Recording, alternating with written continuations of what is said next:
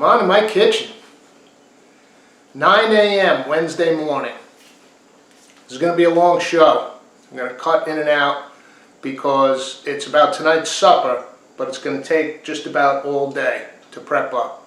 The reason being, I talked in one episode, I can't remember the episode numbers anymore. Subscribe to the channel if you already subscribed. This is episode 033, so there's plenty of back episodes to look at. I did one on my favorite books, and this was one of them. Paul Hollywood's bread book. Love it. What I love about this book is the baking recipes are phenomenal, but then right after each baked bread or baked good, there's a recipe to do with it.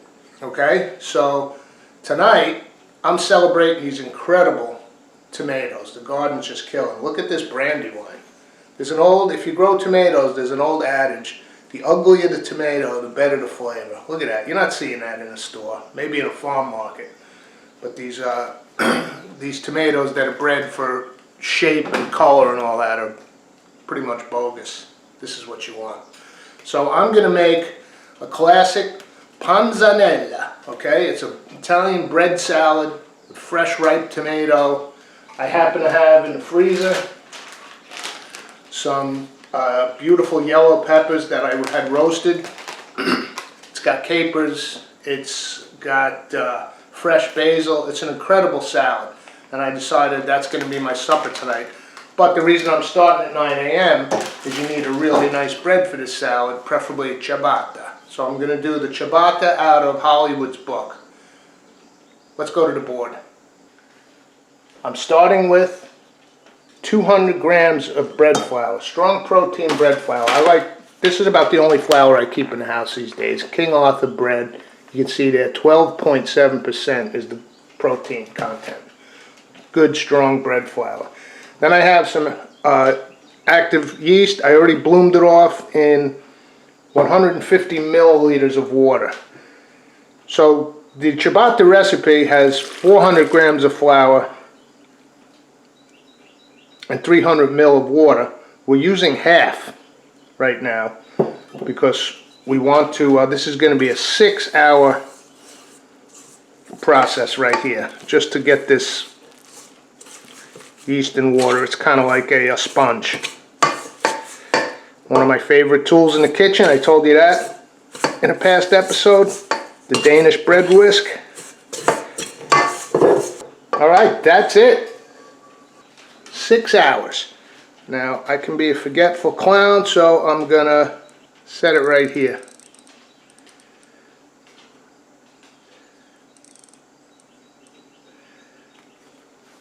Six hours and go.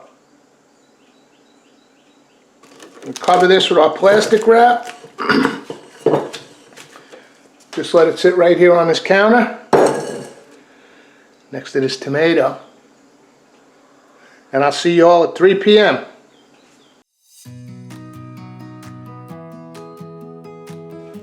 Okay, it's 3 p.m. Welcome back. Let's see what happened.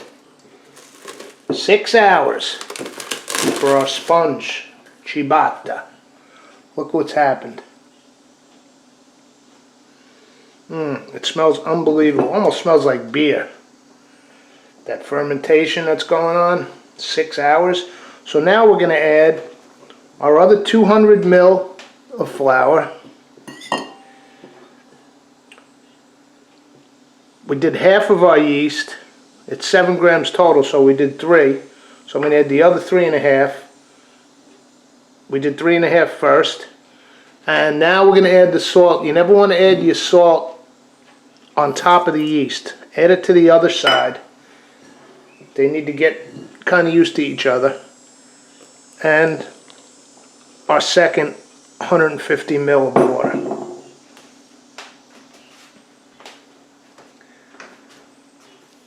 Let's get it on the mixer.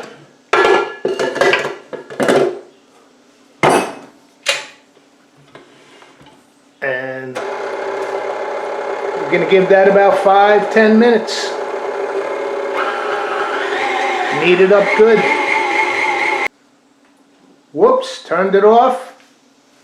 I forgot, but I didn't get too far along, so we're fine. 2 tablespoons olive oil. This is ciabatta. We want that nice, elastic, soft dough, and the oil adds that. So here we go, 10 minutes. Okay, we kneaded our dough for a good 10, almost 15 minutes. Look how jiggly that is. See how wet and jiggly that is? The ciabatta dough. I need to get myself one of those nice square proofing plastic containers. This is all I have at the moment. I oiled it up. It used to be my tip jar at the gigs. So let's get this dough out into this container. And now I'm going to take my Sharpie and I'm going to put a little nick right there. Right where the dough goes to. Because you want this to double. It'll take, depending on the weather, the climate, the humidity in the air, the flour, the water, it could take an hour, it could take 2 hours. But it's going to fill this whole container. Look at these air bubbles. That's what you want. There's so much air in this thing. Alright. I'm going to cover this. And I'll see you in another couple of hours. Told you it was going to be a long, slow show today. I got nothing better to do. What are you doing? 6 p.m. A little longer than I expected, but that's okay. The dough, the sponge rose till 3 p.m., 6 hours. And then we added the rest of the flour and stuff, and it's been another 3 hours. I got this baking tray, little paper, parchment paper, and I'm going to dust it a little. I'll set that aside. Now look at this dough. 3 hours since we made that mark. It's tripled in size.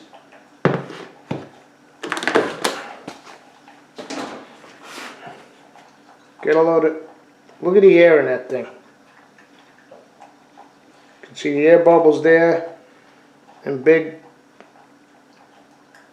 bubbles on top. Alright, the idea with ciabatta, it took us 3 to 6, 6 to begin. It took us almost 9 hours to get those bubbles in there, and they could be knocked out in 1 second. So you want to be really careful. We want that air. That's why I said I want the square one, because it's easier to cut when it comes out, but that's alright. This is fine. It's coming out nice and easy. Look at that, by itself. It's almost nothing left in that ball. Just going to dust it a little.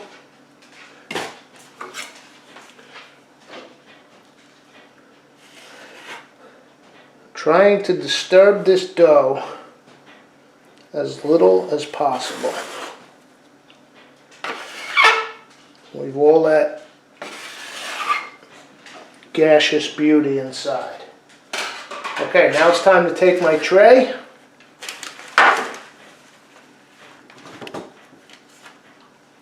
And one by one, real careful, lift these, place them on the parchment. Okay. Get them on the tray. Now let's just give them that little, again, without trying to bust out the air, real gently, giving them that shape, that ciabatta. Long and flat. Push them down a little. It wants that flatness. These are not baguettes. It's a whole nother story. Okay? This one's going to be a little funky because it's got that thin part. But that's okay. It's getting torn up for the panzanella. Okay. Give them a little dust on top. And then I have this enormous plastic bag. I don't even know what came in this. What did I have delivered? Who the hell knows? This thing is gigantic. It's way bigger than I need, but better that than not enough, because you want to put them in. This is the final proof in 15, maybe 20 minutes. So you want to put them in, but you want to leave air on top to just kind of let them sit in. So there we go. I got my oven cranking up to 425 Fahrenheit. When the oven's ready, these are ready, we'll slide them in. And while we're waiting for the bread to rise and the oven to heat up, let's deal with our tomato. Our ugly, ripe brandywine. I got a pot of water, just plain water, boiling away. Gonna drop it in. 15-30. I want to try to get some of that skin off. Now technically with this salad you would be using the Roma tomatoes. And that skin peels right off, nice and easy. You core them out, you make almost filete di pomodori. But my Parmigiano Romas are ripening up now. They're looking killer, so I'm holding those for a whole new episode. I didn't want to, well, they wouldn't have been wasted, but I didn't want to use them on this while all these brandywines are ripe and need to be enjoyed. Alright, that's it. You give it a 30-second to a minute bath. I can already see the skin starting to crease and loosen, so it'll be easier to peel. And then I'm going to drop them in. Well, off camera here, you don't need to see it. I've got a big bowl of ice cold water. Alright, look at this. This was that less than a minute. Skin comes right off. And we got that beautiful brandywine tomato. Look at that. Skin right off. Then this is an ugly looking tomato, but I'm going to carve it up into some nice pieces for our salad. Perfect. We're ready to cook some bread. Alright, let's bake some ciabatta. Oven's up to temp. Here's our dough. It's been resting, I don't know, maybe a half an hour. Oven up, 4 1/4. Pop them in. I'm going 30 minutes. We'll take a look. That bread's in the oven.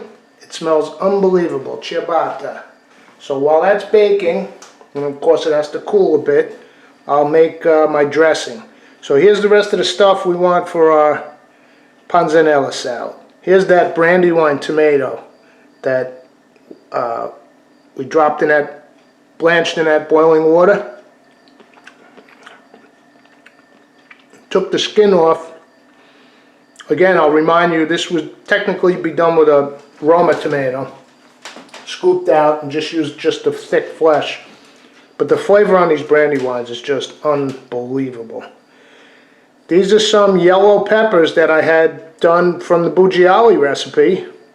Just a nice plate of them, and I had them in the freezer. Did they lose a little bit of texture? Yeah. They're still amazing. Flavor's unbelievable. Some capers. Just pulled some basil. A true panzanella would have some green olive, which I don't have, and you would mix red and yellow peppers. But I don't think I'm going to be bumming out. So let me make the dressing. Now also with this brandywine, you saw how ugly that tomato was. I cut it into different size sections and there was all this, you know, the weird parts left, so I squeezed them out. And here's the juice from that brandywine. I'll add some extra virgin olive oil. I'm just eyeballing here. We'll taste it, adjust. A little red wine vinegar.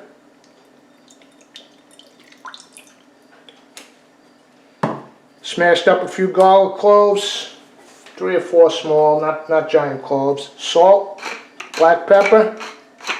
Said that backwards. Here's the salt. Crack of pepper. Give this a whisk.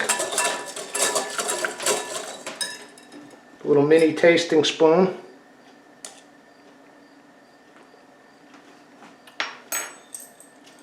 Oh, that's a beautiful dressing.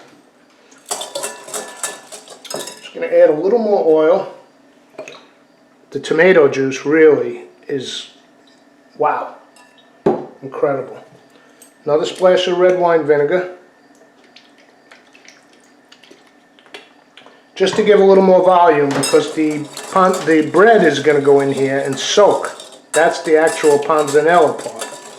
The bread's going to soak up all this dressing. All right, I already dipped this one, so you've seen this in other episodes. No double dip, all right, when you're tasting. That is perfect. All right, let's let that sit, marry up. When the ciabatta is ready, we're going to tear it into bits and put it in here to soak all that goodness up.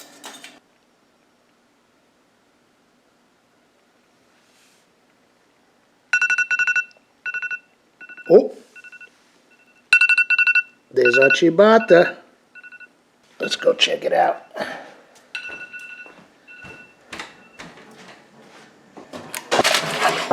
Oh, yeah.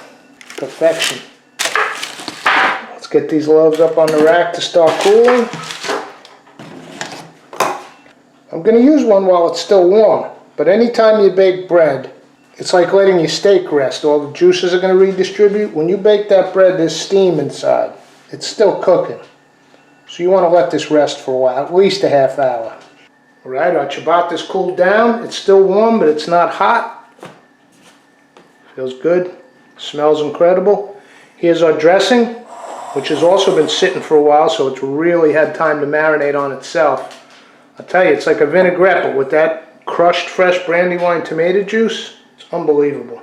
And what I did is I took a bunch out, because I got all this bread. I got tomatoes on the windowsill for the next month. So I got dinner tonight and some lunch for tomorrow. Oh, I love this bread. Look at that. That's all that air we were talking about. So now what I'm going to do, you don't use a knife, you don't cut it. You just tear yourself some nice big chunks. Get them in that dressing.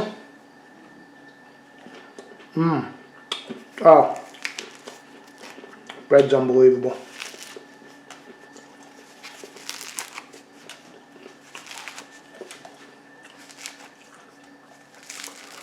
All right, I'm going to finish this little heel up with a little bit of butter while it's still warm. Now I'm going to toss. And now this is going to sit at least a half hour. Really, it should go for an hour. But I'm getting hungry. So what you're doing is this is the actual panzanella. It's that incredible dressing soaked into that ciabatta. So let's just let that sit. Time for a little butter. I'll be back. Okay, it's been about a half hour or so. I could go for a full hour, but I can't wait any longer. So that bread has soaked up that incredible dressing. The squeezed tomato juice, extra virgin olive oil, red wine vinegar. So let's add our tomato, this vine-ripened brandywine, which is just amazing. Our yellow peppers. Now remember, we would have had red peppers and green olive. I guess I'll do another one this weekend after I go shopping. Get the capers in. And I'm just going to tear on some basil leaves.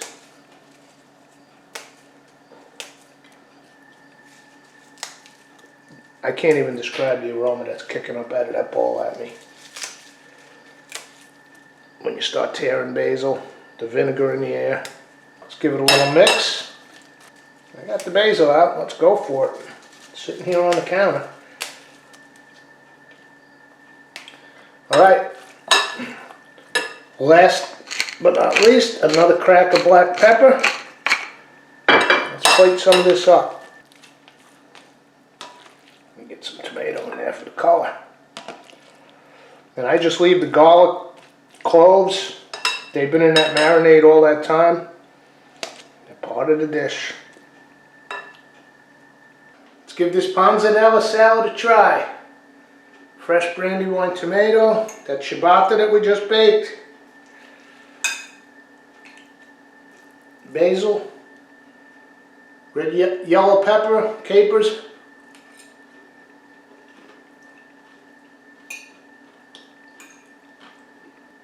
There's a reason why dishes like this become classic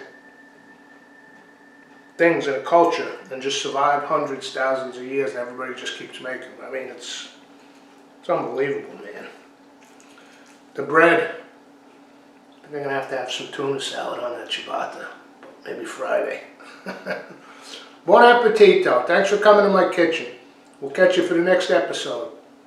Panzanella.